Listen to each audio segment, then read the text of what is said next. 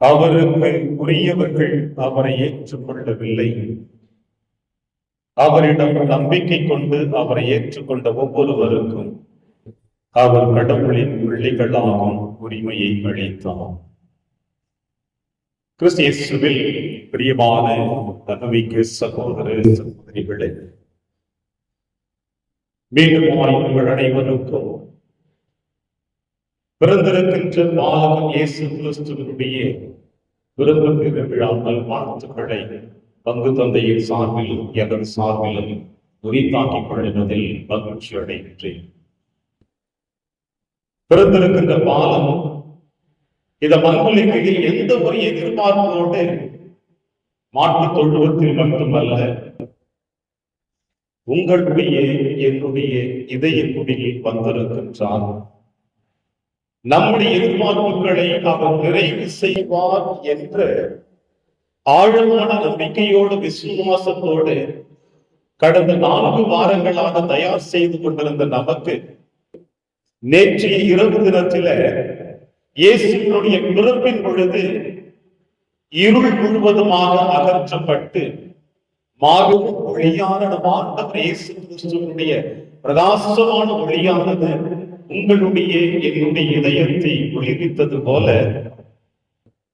எதிர்பார்ப்புகளோடு இந்த மக்களை இறங்கி வந்திருக்கிற ஆண்டவர் இயேசு கிறிஸ்துவினுடைய எண்ணங்களையும் ஆசைகளையும் நிறைவேற்றுவதில் நாம் கடமைப்பட்டிருக்கிறோம் என்பதை இன்றைய திருவிழா நமக்கு வெளிப்படுத்துகிறது.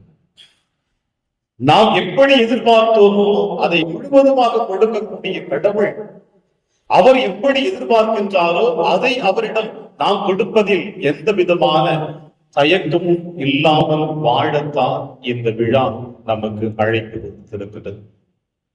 நேற்றைய தினத்திலே இந்த ஆலயத்தை பார்க்கின்ற பொழுது அப்படி ஒரு நிறைவான மகிழ்ச்சியான ஒரு தருணத்தை காண முடிந்தது. ஆலயம் வழிந்து நிறைந்திருந்தது. கூட்டம் அதிகமாக இயேசுவினுடைய பிறப்பிற்காக காத்து கொண்டிருந்த தருணம். பிறந்திருக்கிற பாலகனை இந்த பீடத்திலிருந்து எடுத்து சென்று அந்த மாட்டு தொழுவத்தில் வைத்து விண்விளக்குகள் எரியப்படுகின்ற பொழுது, உன்னதங்களிலே கீதங்கள் பாடுகின்ற பொழுது விண்ணகமே இந்த மண்ணிற்கு வந்தது போல ஒரு மகிழ்ச்சி நிறைந்த ஒரு தருணத்தை நேற்றைய தினத்தில் இந்த ஆலயத்தில் நாம் கண்கூடாக பார்த்தோம். திருவிழா திருப்பலி முடிந்த பிறகு ஆலயத்திற்கு வெளிப்புறத்திலே ஏதோ திருவிழாவுக்கு வந்தோம், திருப்பலி முடிந்து விட்டது என்று கடமைக்காக வந்தவர்களைப் போல ஆலயத்தை விட்டு வெளியேறாமல் அந்த உள்ளுணர்வுகளோடு அந்த விழா திருப்பலி முடிந்த பிறகு பாடலுடன் கிறிஸ்துமஸ் ஆத்தாவோடு நடனமாடி தேநீர் அருந்தி ஒரு குடும்ப விழாவாக இந்த ஆலயம், இந்த ஆலய வளாகம் முழுவதுமாக நிறையப்பட்டிருந்ததை காணுகின்ற பொழுது ஒருவேளை இயேசுடைய எதிர்பார்ப்பு இந்த ஆலயத்தில் நிறைவேற்றப்பட்டு விட்டதோ என்று ஒரு மகிழ்ச்சி இருக்கிறது. ஒற்றுமை, அமைதி, சமாதானம், விட்டு கொடுத்தல், ஏற்றுக்கொள்ளுதல், இப்படிப்பட்ட எல்லா நிகழ்வுகளையும் நேற்றைய தினத்திலே இந்த ஆலயத்திலும் இந்த ஆலய வளாகத்திலும் கிறிஸ்து பிறப்பினுடைய அந்த மகத்துவத்தை காணுகின்ற பொழுது உண்மையிலேயே நேற்றைய தினத்திலே ஒரு கிறிஸ்துமஸ் விழா நிறைவு விழாவை போல காணப்பட்டது. அதை தொடர்ந்து இன்றைய நாளிலே இந்த ஆலயத்திற்குள் வருகின்ற பொழுது மீண்டுமா இந்த ஆலய வெளிப்பிடத்தில் இருந்து உங்கள் அனைவரையும் இந்த மறைமுறை வழியாக சந்திக்கின்ற பொழுது கூட அதே ஒரு மகிழ்ச்சியை தான் என்னால் காண முடிகிறது. ஏனென்றால் கிறிஸ்து பிறப்பு இந்த மண்ணுலகில் ஒரு மாற்றத்தை மட்டுமல்ல, ஒரு நிறைவை கொடுக்கக்கூடியதுதான். பலருடைய பார்வைக்கு ஆண்டவர் இயேசு கிறிஸ்துவினுடைய பிறப்பு பல கருத்துக்களோடு இருந்தாலும் ஆண்டவர் இயேசு கிறிஸ்துவை ஏற்றுக்கொண்டிருக்கின்ற உங்களுடைய என்னுடைய உள்ளத்திலே இறைவன் தருகின்ற அந்த அமைதியின் சமாதானத்தையும் நிறைவாக பெற்று நாம் செல்லுகின்ற பொழுது எப்பொழுதுமே நாம் மகிழ்ச்சி உள்ளவர்களாக வாழ முடியும். பிரியமான பிள்ளைகள், வத்திக்கான் நகரத்திலே சிஸ்டைன் என்கின்ற ஒரு சிற்றாலயம் ஒன்று இருக்கிறது. அந்த ஆலயத்தை ஒருவேளை நீங்கள் சென்று பார்த்திருந்தீர்கள் என்றால் மைக்கேல் ஆஞ்சலோவுடைய அற்புதமான வேலைப்பாடுகள் அங்கே ஓவியமாக வரையப்பட்டது. அதை நான் உங்களை பார்ப்பது போல, நீங்கள் என்னை பார்ப்பது போல அந்த ஓவியத்தை பார்க்க முடியாது. அண்ணாந்துதான் பார்க்க வேண்டும். ஏறக்குறைய ஒரு 3-4 நிமிடத்திற்கு பிறகு அண்ணாந்து பார்த்து கொண்டே இருந்தால் நம்முடைய கழுத்து வழி எடுத்து அந்த அளவுக்கு உயரமானது, நெருக்கமானது, அண்ணாந்து பார்த்து கொண்டே இருக்க முடியாது. ஒரு சில நேரங்களில் பார்த்து மீண்டும் புரிந்து கொள்ளக்கூடிய தருணம். ஒரு சுற்றுலா பயணி அந்த சிற்றாலயத்தை அண்ணாந்து பார்த்து கொண்டே இருக்கிறார். 5 நிமிடம், 10 நிமிடம், 1/4 மணி நேரம் இப்படி பார்த்து கொண்டிருக்கின்றவனை மற்றவர்கள் பார்த்து கொண்டே சென்றார்.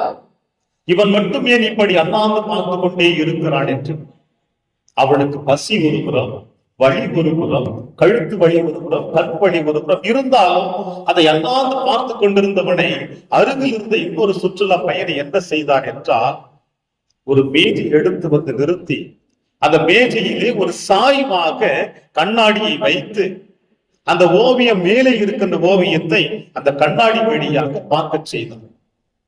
அண்ணாந்து பார்த்து கொண்டிருந்த மனிதனுக்கு துணிந்து அந்த கண்ணாடியை பார்க்கிற பொழுது மேலே இருந்த உருவம் கீழே அற்புதமாக வழிகள் இல்லாமல், வேதனைகள் இல்லாமல் அந்த உருவத்தை காண முடிந்தது. 2000 ஆண்டுகளுக்கு முன்னதாக இயேசு கிறிஸ்துவின் வருகைக்காக ஒட்டுமொத்த இஸ்ரேல் மக்களும் காத்துக் கொண்டிருந்தார்கள். வானத்தை எண்ணாந்து பார்த்து கொண்டு மீட்பர் வருவார், மீட்பர் வருவார் என்று. ஆனால் மீட்பர் இந்த மண்டகத்திலே மனிதனாக மாட்டுத் தொழுவத்திலே பிறந்து விட்டார். வானத்தில் இருந்தவர் இந்த நற்செய்தி வாசகத்திலே நீங்களும் வாசிக்க கேட்டும். தொடக்கத்தில் வாக்கு இருந்தது, அவ்வாக்கு கடவுளோடு இருந்தது, அவ்வாக்கு கடவுளுமாய் இருந்தது. அந்த வாக்குதான் இந்த மண்ணுலகிலே மனிதனாக உருவெடுத்தது. விண்ணகத்தில் இருந்த வாக்கு இந்த மண்ணுலகிலே மனிதனாக உருவெடுத்து விட்டது. அந்த சிற்றாலயத்தை அண்ணாந்து பார்த்து கொண்டிருந்த மனிதனுக்கு கண்ணாடி வழியாக அந்த உருவத்தை பார்க்கின்ற பொழுது மகிழ்ச்சி அடைந்தது போல, விண்ணகத்தில் இருந்த வாக்கானது இந்த மண்ணுலகிலே மனிதனாக குழந்தையாக உருவெடுத்ததை பார்த்த முதல் இடையர்கள் அப்படி மட்டும்தான் மகிழ்ச்சி அடைந்தார்கள். ஏனென்றால் அவர்களுக்கு இயேசுவினுடைய பிறப்பின் செய்தியை மனிதர்கள் கொடுக்கவில்லை, மாறாக வானதூதர்கள் கொடுத்த செய்தி. சாதாரண மனிதர்கள் இந்த செய்தியை கொடுத்திருந்தால் ஒருவேளை இடையர்கள் நிராகரிக்கப்பட்டிருப்பார்கள், ஒதுக்கி வைத்து விட்டிருப்பார்கள். ஆனால் வானதூதர்களே கொடுத்திருக்கிற செய்தியை கேட்டு உண்மையிலேயே மீட்பர் பிறந்திருக்கிறார் என்று அந்த மாட்டுத் தொழுவத்தில் சென்று நேரடியாக பார்த்து மகிழ்ச்சி அடைந்தார்கள். சிறந்த மறைமையாளரான வில்டன் ஆயர் அவர்கள் இவ்வாறு சொல்லுவார். பழைய ஏற்பாட்டை வானொலியாகவும் புதிய ஏற்பாட்டை தொலைக்காட்சியாகவும் அவர் ஒப்பிட்டு பேசுவார். பழைய ஏற்பாட்டு முழுவதுமாக கடவுளுடைய வாக்குறுதி கொடுக்கப்பட்டிருந்தது. வானொலியிலே நீங்களும் நானும் வார்த்தைகளை மட்டும்தான் கேட்க முடியும். ஆக பழைய ஏற்பாடு முழுவதுமாக வார்த்தைகளாக கேட்கப்பட்டிருந்த நிகழ்வுகளிலே புதிய ஏற்பாட்டிலே ஆண்டவர் இயேசு கிறிஸ்து தொலைக்காட்சியிலே உருவங்களை பார்ப்பது போல இயேசுவினுடைய முழு உருவத்தை நம்மால் காண முடிகிறது. அப்படிப்பட்ட மாபெரும் விழாதான் இந்த இயேசுவினுடைய பிறப்பு பெருவிழா. ரவீந்திரநாத் தாகூர் அழகாக சொல்லுவார், இந்த மண்ணுலகில் பிறக்கின்ற ஒவ்வொரு குழந்தையை பார்க்கின்ற பொழுது கடவுள் இந்த உலகை இன்னும் அன்பு செய்ய மறக்கவில்லை. இந்த உலகத்தில் பிறக்கின்ற ஒவ்வொரு குழந்தையை பார்க்கின்ற பொழுது கடவுள் இந்த உலகத்தை அன்பு செய்ய மறக்கவில்லை. கத்தோலிக்க கிறிஸ்தவர்களாகிய நீங்களும் நானும் சொல்லக்கூடிய வார்த்தை, பிறக்கின்ற பொழுதே பாவிகளாக பிறக்கின்றோம், வாழுகின்ற பொழுதும் பாவிகளாகவே வாழுகின்றோம், மரிக்கின்ற பொழுதும் பாவிகளாகவே மரிக்கின்றோம். இப்படி பாவிகளாக பிறந்து பாவிகளாக வாழ்ந்து பாவிகளாக மரிக்கின்ற நீங்களும் நானும் குழந்தையாக பிறக்கின்ற பொழுது, நமக்கு பிறக்கின்ற குழந்தைகளை பார்க்கின்ற பொழுது கடவுள் இந்த குழந்தை வழியாக இந்த உலகை அன்பு செய்து கொண்டிருக்கிறார் என்று சொல்லுகின்ற பொழுது கடவுளோடு இருந்த அந்த வாக்குறுதி இந்த மண்ணுலகிலே மனிதனாக பிறந்திருக்கிறது என்றால் இந்த பொறுப்பு எப்படிப்பட்டதாக இருக்கு? அபிப்பிரியமான சகோதர சகோதரிகளே, இந்த உலகத்தை படைத்த கடவுள் அனைத்தையும் நல்லது என கண்டார், மகிழ்ச்சியாக இருந்தார். அவர் சாயலாக படைக்கப்படாத எல்லாவற்றையும் படைத்த பிறகு ஒவ்வொரு நாளும் இறைவன் மகிழ்ச்சி அடைந்தார். உயிர் உள்ள உயிரற்ற எல்லா பொருட்களும் அவர் சாயலாக படைக்கவில்லை.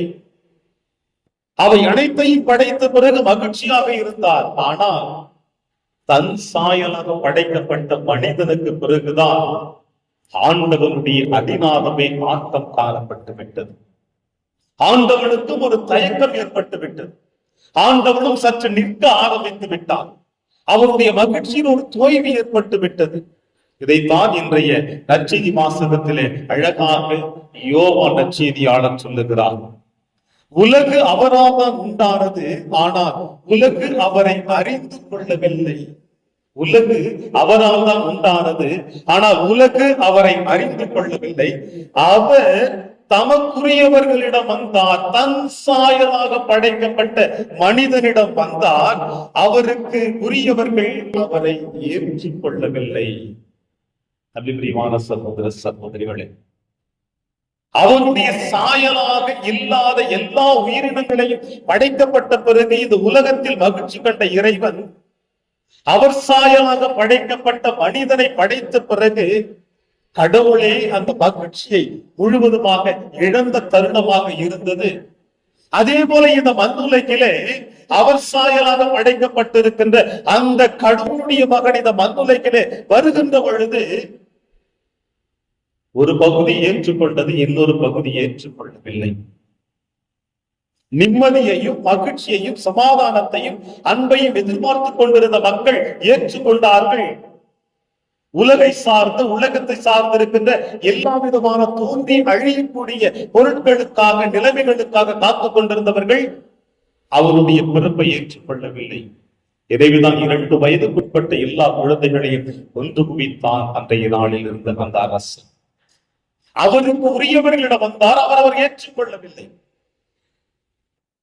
இன்றைய பெருவிழா உங்களுக்கும் எனக்கும் சொல்லக்கூடிய செய்தியில் வாக்கு மனிதரான இந்த மண்ணுலகிலே நம்மோடு குடிகொண்டார் என்று சொல்லுகின்ற பொழுது அந்த வாக்கு மனிதரான ஆண்டவர் இயேசு கிறிஸ்து கொடுக்கின்ற ஒவ்வொரு வார்த்தைகளையும் உங்களுடைய என்னுடைய வாழ்விலே நாம் ஏற்றுக்கொண்டு எப்பொழுது நாம் வாழ ஆரம்பிக்கின்றோமோ அப்பொழுதுதான் இன்றைய நற்செய்தி வாசகத்தில் சொல்லக்கூடிய வார்த்தை உங்களுடைய என்னுடைய வாழ்விலே நிறைவை கொடுக்கும்.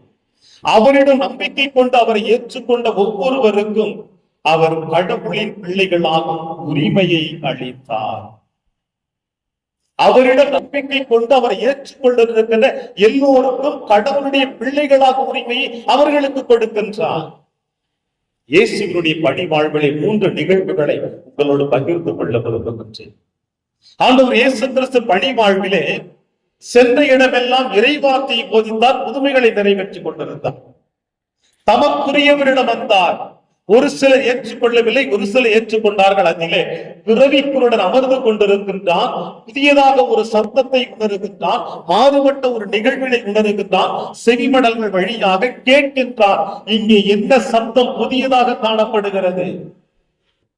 நாசரேத்து இயேசு செல்கிறார். அவன் கேள்வி வழியாக, அவன் செவிமடல்கள் வழியாக இயேசு யார் என்று அறிந்து கொண்டு வைத்திருந்தான். எனவேதான் அவன் சொன்னான், நாசரேத்து இயேசுவே என் மீது இரக்கம் வையும். அடுத்தவர்கள் தடுத்தாலும் நிராகரித்தாலும் தொடர்ந்து சொல்லிக் கொண்டே இருந்தான். இயேசு அவனை அழைத்தார். நான் உனக்கு என்ன செய்ய வேண்டும்? நான் மீண்டும் பார்வை பெற வேண்டும். நீ நம்புகிறாயா? ஆம், நான் நம்புகிறேன். தமக்குரியவரிடம் வந்தால் நம்பினான். அந்த மனிதன் கடவுளுடைய பிள்ளையாக மாற்றப்பட்டான். இன்று இந்த பலிப்பிடத்திலே மறையுறை வழியாக அவனும் இந்த உலகிற்கு மீண்டுமாய் வெளிப்படுத்தப்படுகிறான். 2வது நிகழ்வில் நூற்றுவர் தலைவர் தன்னுடைய மகன் வேதனையோடு இருக்கிற பொழுது பல மைல் தூரம் தேடி வந்த ஆண்டவர் இயேசு கிறிஸ்துவிடம், என் மகன் உயிருக்கு போராடி கொண்டிருக்கிறான், நான் வந்து குணப்படுத்துகிறேன் என்று சொன்னார் இயேசு. இங்கிருந்து ஒரே ஒரு வார்த்தை மட்டும் சொன்னால் போதும், என் மகன் உயிர் பெறுவான். இங்கிருந்தே ஒரே ஒரு வார்த்தை மட்டும் சொன்னால் போதும், என் மகன் உயிர் பெறுவான். இன்று இந்த உலகத்தில் எங்கெல்லாம் திருப்பலி நிறைவேற்றப்படுகின்றதோ ஒவ்வொரு நிமிடங்களும் திருப்பலி நிறைவேற்றப்பட்டுக் கொண்டிருக்கிறது.